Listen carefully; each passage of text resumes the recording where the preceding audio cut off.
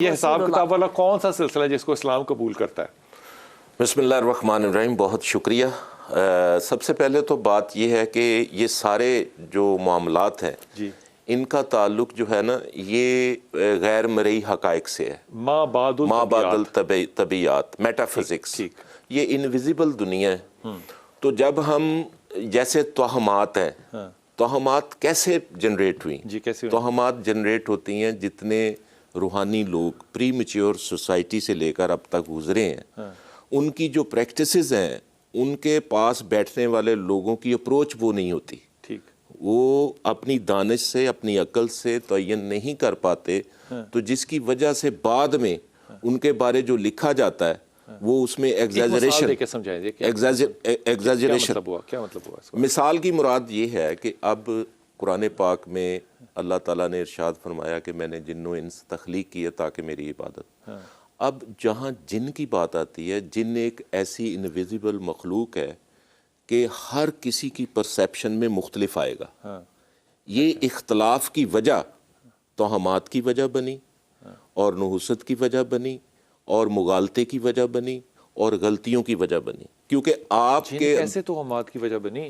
جن توہمات اس طرح ہو گیا نا کہ یہاں پر جنات ہیں نا، یہاں پر جن موجود ہے، اس پہ بحث تھوڑی ہو سکتی ہے. لیکن کتب بھائی یہ انویزیبل مخلوق ہے. وہ پڑھی کہ توہمات بھی انویزیبل، توہمات اسی سے جنریٹ لیتی ہیں نا کہ یہاں جنات ہے، یہاں خیر و برکت نہیں ہوگی.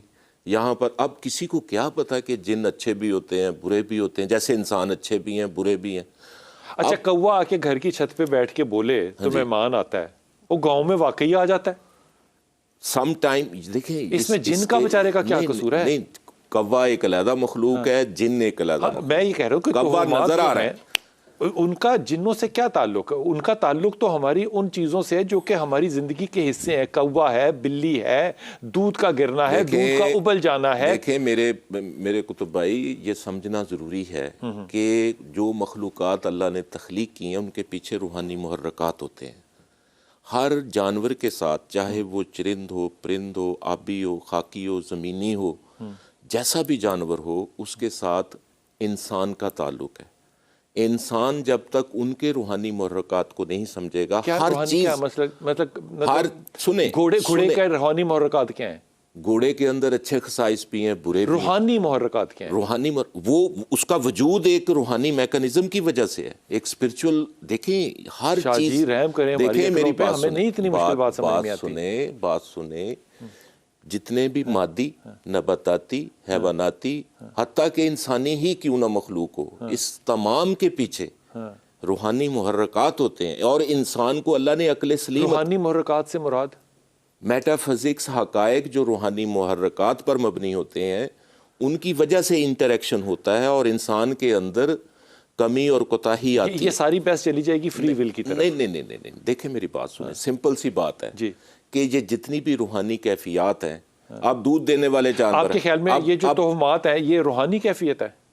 توہمات اسی سے جنریٹ لیتی ہیں نا. ایسے ہی بن گیا جی یہ جوتے کے. ہوتی ہیں کہ نہیں ہوتی ہیں؟ توہمات اسٹیٹسٹیکلی ہوتا ہے کہ نہیں ہوتا؟ توہمات کی حقیقت کوئی نہیں ہے. یہ روحانی محرکات ہوتے ہیں سطحی قسم کے، ان کی حقیقت کوئی نہیں. ٹھیک ہے. آپ مجھے یہ ایک بات بتائیں. اچھا ایک سیکنڈ. اس سے بڑی توہم پرستی کیا ہوگی کہ ہم اپنے اندر آنے والے خیالات کو دوسروں کے بارے گمان کر لیں کہ یہ میرے ساتھ غلط ہے. خیال ایک ڈس آرڈر بھی ہو سکتا ہے نا. نہیں، ڈس آرڈر تو ایک بیماری کا نام ہے. ایک ہوش و حواس میں انسان، ہم آپس میں بیٹھے ہیں، یہاں پر ہم گمان کرنے لگ جائیں، یہ کس کی غلطی؟ بھائی ساروں کو او سی ڈی ہوتا ہے، کسی کو کم ہوتا ہے، کسی کو زیادہ. کم ہونا چاہیے نا. انسان کی فطرت میں خطا ہے، لیکن اس خطا کو ختم کرنے کی کوشش تو کرنی چاہیے نا. عقل مند ہے. میری سمجھ سے باہر ہے. یہ مجھے یہ سمجھائیں کہ یہ برکت کوئی چیز ہوتی ہے. چلیں یوں کر لیتے ہیں. مجھے پر بتائیں نا. جی برکت کوئی چیز ہوتی ہے؟ برکت بالکل کیوں نہیں، برکت رحمت کیوں نہیں ہوتی؟ برکت ہوتی نہیں، رحمت کو نہیں ابھی ڈالنا. دونوں برکت ہوتی ہے. کسی چیز کی برکت ہے، بالکل. کسی عورت کی برکت ہے، اللہ تعالیٰ نے کسی عورت کی برکت ہے، بالکل ہے، کسی شخص کی، مرشد کی، مکان کی، گھر کی، گاڑی کی ہو سکتی ہے. جی بالکل ہو سکتی ہے. تو یہ بھی ہو سکتا ہے کہ برکت نہ ہو. نحوست بھی ہو سکتی ہے. جب میں کہتا ہوں تو آپ کہتے ہیں اسلامی نہیں ہے, جب آپ کہتے ہیں تو آپ کمال کرتے ہیں. آپ دیکھیں میری بات پوری ہونے دینا. میری بات وہ یہ ہے, آپ نے ابھی میری بہن سے بھی یہی سوال کیا, ان سے بھی یہی سوال کیا, دو باتیں, کوے کی بات کی آپ نے یا آپ نے بلی کی بات کی, تو میں درمیان میں وہ یہی بات, دیکھیں بات یہ ہے کہ آپ نے کہا کہ بلی آتی ہے ہو جاتا ہے, کوہ آتا ہو جاتا ہے. بات یہ ہے کہ ہر دفعہ ایسا نہیں ہوتا, یہ ہمارے یہ تو لا آف پروبیبلٹی ہے نا, ہمارا وہم ہے. دوسری چیز سنیں, ہوتا بھی ہے سر, ہوتا بھی ہے سر, ہوتا بھی ہے. میں اس کے اوپر آپ کو قرآن پاک کی نص پیش کرتا ہوں, قرآن پاک کی آیت پیش کرتا ہوں کہ ہوتا ہے اور کیوں ہوتا ہے. اچھا, وَالشَّيَاطِينَ لَيُوحُونَ إِلَىٰ أَوْلِيَائِهِمْ لِيُجَادِلُوهُمْ, اللہ کہتا ہے کہ ہوتا ہے. شیاطین جو ہیں وہ بعض دفعہ ایسے عمل کرواتے ہیں تاکہ لوگ اس بات پہ جھگڑیں, لوگوں کے عقائد اور نظریات تباہ ہوں. میں سمجھتا ہوں, میرا یہ نظریہ ہے کہ جو توہمات ہیں, شیطانوں کے پاس جو طاقت ہے, وہم پرستی ہے, نہیں سن لینا, میں بات کروں گا, بات ساری کھل جائے گی. توہم پرستی جو ہے, جو توہمات ہیں, میں سمجھتا ہوں وحی الہی سے دوری کا سبب ہے. میں سمجھتا ہوں اس کی بنیاد جہالت ہے, اس کی بنیاد قرآن و سنت سے دوری ہے. جب قرآن اور سنت سے, جب وحی سے آپ دور ہوں گے تو پھر یہ توہمات آئیں گے. اور اللہ تعالیٰ نے جیسے اپنے پیغمبر رسول ہدایت کے لیے بھیجے ہیں, اللہ تعالیٰ نے کہا کہ تم زمین پہ اتر جاؤ, حضرت انسان سے بھی کہا, شیطان سے بھی, اور کہا کہ تم ایک دوسرے کے دشمن ہو.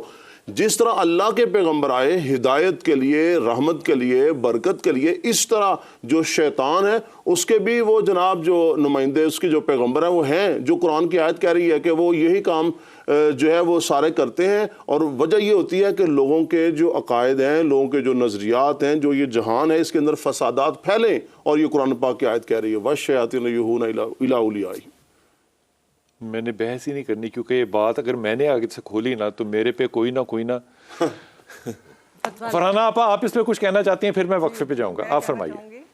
دیکھیں اگر آپ اس کو دین سے ہٹا کر دیکھیں نا, اس کو ایک لمحے کے لیے, کہ ایک عام آدمی جو ہے اگر آپ اس کی بات کر رہے ہیں اور آپ کہیں کہ جی دین کو ہٹا دو, یہ کیسے ممکن ہے کہ یہ توہمات اور یہ تمام چیزیں کیسے ہوتی ہیں, تو دیکھیں ایک نارمل جو پڑھا لکھا انسان ہے اس کو یہ پتہ ہے کہ ہر وقت انسان کے ذہن میں اچھے اور برے خیالات کی یلغار رہتی ہے. کبھی اچھے خیالات غالب آ جاتے ہیں اور کبھی برے خیالات غالب آ جاتے ہیں. اچھے خیالات اس وقت غالب آتے ہیں جب آپ کے آس پاس اچھے لوگ ہوں اور آپ ان سے وہ چیزیں شیئر کر رہے ہوں اور وہ آپ کی رہنمائی کر رہے ہوں, تو اچھے خیالات غالب آتے ہیں اور آپ ایک نارمل انسان رہتے ہیں. لیکن عام طور پہ دیکھنے میں یہ آیا ہے کہ جو لوگ کمزور اعصاب کے مالک ہوتے ہیں ان کے اندر فیئر آف ان نون جو ہے وہ بہت زیادہ ہوتا ہے. اور وہ یا تو ایک یہ ریزن ہوتی ہے کہ وہ اعصابی طور پہ کمزور ہوتے ہیں اور جو برے خیالات جب ان کے ذہن میں آتے ہیں تو وہ اس کو ایکسیپٹ کر لیتے ہیں. اور دوسری ریزن یہ ہوتی ہے کہ انسان کے ساتھ بچپن میں کوئی ایسے واقعات ہوئے ہوں جو جس کے وجہ سے اس کے اندر خوف بیٹھ گیا ہو, تو وہ ہر چھوٹی چھوٹی چیز پہ خوف محسوس کرتا ہے کہ ایسا کرنے سے ویسا نہ ہو جائے یا ویسے کرنے سے ایسا نہ ہو جائے. اگر یہ بات میں آپ کی صحیح سمجھوں تو, جو کہ آپ کی بالکل بجا ہوگی, تو 13 نمبر جو ہے وہ سارے یورپ کے بچپن کا خیال ہے کہ 13 نمبر کی نہ منزل ہے نہ سیٹ ہے. دیکھیں جی میں آپ کو بتاتی ہوں, 13 نمبر کا جو ہنسا ہے وہ یقیناً کسی ایسے شخص کے ساتھ ہوا ہوگا جو کہ جس کی پرسنالٹی جو ہے وہ دوسروں پر اثر انداز ہوتی ہوگی, اور اس نے یہ بات جب شیئر کی ہوگی تو پھر باقی لوگوں نے اس کو ایکسیپٹ کر لیا ہوگا. وہی بات ہے نا, کمزور لوگ جو ہوتے ہیں وہ انسپائر ہو جاتے ہیں ایسے لوگوں سے جو طاقتور ہوتے ہیں یا کچھ کرنے کی صلاحیت رکھ رہے ہوتے ہیں, اور جب ان کے ساتھ کچھ ایسا ہوتا ہے. آپ کی بات پہنچی اور آپ کو دوبارہ اس میں جب شامل